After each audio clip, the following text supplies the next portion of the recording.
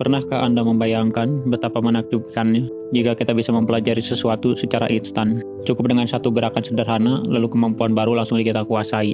Saat masih anak-anak, mungkin impian itu sederhana, seperti ingin bisa melakukan salto di sekolah atau memainkan gitar agar terlihat menarik. Seiring bertambahnya usia, keinginan tersebut berubah. Kita mulai memikirkan hal-hal yang lebih bermanfaat untuk masa depan, seperti bisnis, penguasaan bahasa asing, teknologi, atau mungkin keterampilan olahraga. Sayangnya banyak dari kita masih belum mengetahui cara belajar dengan benar-benar efektif. Hal ini wajar sebab sejak sekolah kita terbiasa dengan metode hafalan. Hafal untuk ujian lalu melupakannya begitu bel tanda akhir pelajaran berbunyi. Padahal belajar sejati bukan hanya menghafal, belajar berarti memahami, mempraktekkan, dan menguasai ilmu hingga menjadi bagian dari diri kita. Coba ingat kembali pengalaman kita saat mencoba mempelajari bahasa baru, alat musik, atau keterampilan komputer.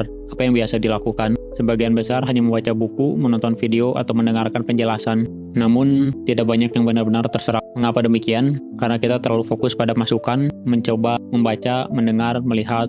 Padahal inti dari belajar adalah keluaran, yakni melakukan. Seperti berenang, seseorang tidak akan mahir hanya dengan membaca buku teknik renang. Ia harus turun langsung ke air dan berlatih.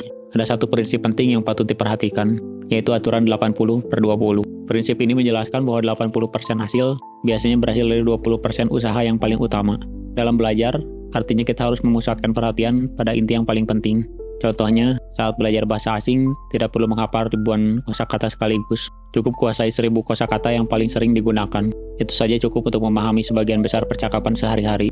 Atau ketika belajar gitar, tidak perlu langsung berusaha memainkan solo yang rumit. Mulailah dengan menguasai akor dasar, karena akor dasar adalah fondasi yang membuka jalan bagi teknik yang lebih sulit di kemudian hari. Semakin sering kita mengulang sesuatu, semakin kuat pula jalur ingatan di otak terbentuk. Bayangkan seperti membuat jalan setapak di hutan, pertama kali dilewati, jalannya masih penuh semak dan sulit ditembus. Namun jika terus dilalui, lama-kelamaan jalur itu menjadi jelas dan mudah dilewati.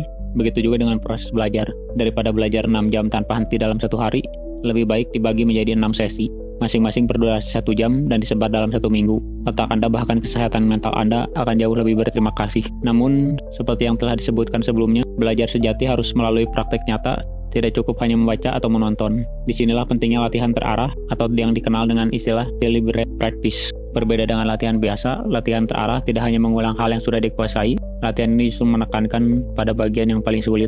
Sebagai contoh, jika belajar menggambar, jangan hanya membuat ulang karakter favorit berkali-kali, cobalah melatih bagian yang menantang, seperti menggambar tangan, wajah, atau perspektif. Memang terasa membuat frustasi, tetapi justru disitulah letak perkembangan paling cepat.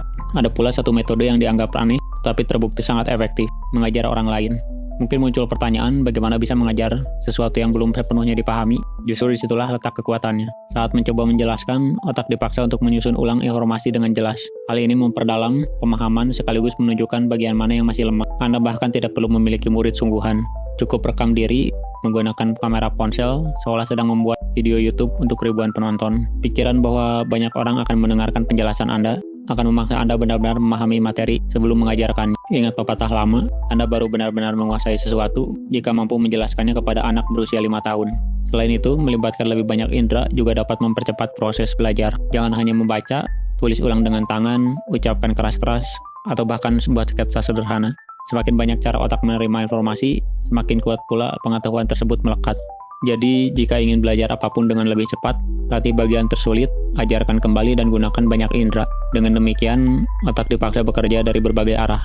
Hasilnya akan jauh lebih efektif dibandingkan sekadar membaca ulang tanpa praktik. Salah satu teknik belajar yang sangat efektif adalah active recall. Bukan sekadar membaca ulang, melainkan menguji diri sendiri. Contohnya, setelah membaca buku sejarah Perang Dunia, tutup bukunya, kemudian coba ceritakan kembali dari ingatan. Otak dipaksa bekerja lebih keras dan ingatan pun menjadi jauh lebih kuat. Bayangkan seperti berolahraga di pusat kebugaran, Anda tidak akan menjadi kuat hanya dengan melihat dumbbell tanpa pernah mengangkatnya. Namun perlu diingat, belajar bukan berarti harus maraton semalaman. Belajar dengan sistem cramming memang terasa produktif, tapi hanya memberi hasil jangka pendek.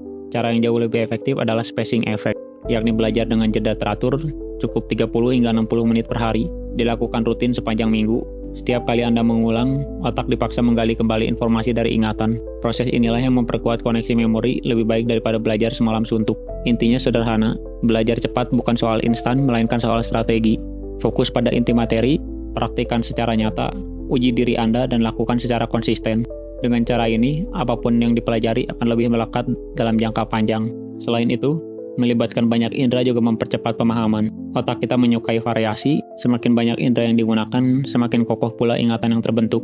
Misalnya, saat belajar bahasa Spanyol, jangan hanya membaca kosakatanya, dengarkan penutur asli, tonton video atau dokumenter berbahasa Spanyol. Kemudian tuliskan ulang dan ucapkan dengan lantang. Kombinasi visual, pendengaran, dan gerakan menciptakan koneksi yang lebih kuat di otak. Ibarat membangun rumah, semakin banyak bahan yang digunakan, semakin kokoh hasilnya. Belajar pun tidak harus membosankan. Justru semakin menyenangkan prosesnya, semakin cepat perkembangan yang akan dicapai. Buatlah target-target kecil yang realistis, memberikan penghargaan pada diri sendiri ketika berhasil mencapainya. Ubah tantangan menjadi permainan, gunakan aplikasi untuk melacak progres, atau ciptakan kompetisi kecil bersama teman. Setiap keberhasilan, sekecil apapun akan melepaskan dopamin di otak. Inilah zat kimia yang memberi rasa puas dan memotivasi Anda terus melangkah. Meski demikian, tetap berhati-hati, aplikasi bisa berubah menjadi jebakan. Begitu fokus hilang, Anda bisa berpindah ke TikTok atau YouTube tanpa disadari.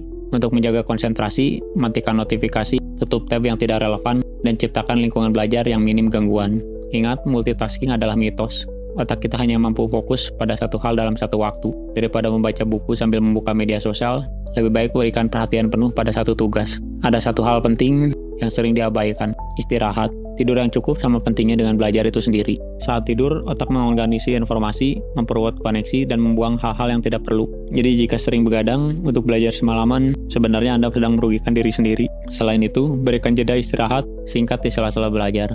Seperti halnya otot, otak juga membutuhkan waktu untuk pulih. Dan terakhir, soal pola pikir. Jika Anda yakin diri Anda buruk dalam belajar, maka hasilnya cenderung buruk. Namun jika Anda percaya kemampuan bisa berkembang dengan usaha, segalanya akan terbuka. Ubah kalimat "saya tidak bisa" menjadi "saya belum bisa". Kata belum terlihat kecil, tapi dampaknya besar, yang menggeser fokus dari kegagalan menuju potensi. Yang paling penting adalah menikmati prosesnya. Karena belajar bukan hanya tentang penguasaan keterampilan baru, belajar adalah perjalanan untuk bertumbuh sebagai pribadi, dan pada akhirnya kesederhanaan proses, itulah yang membuatnya begitu berharga.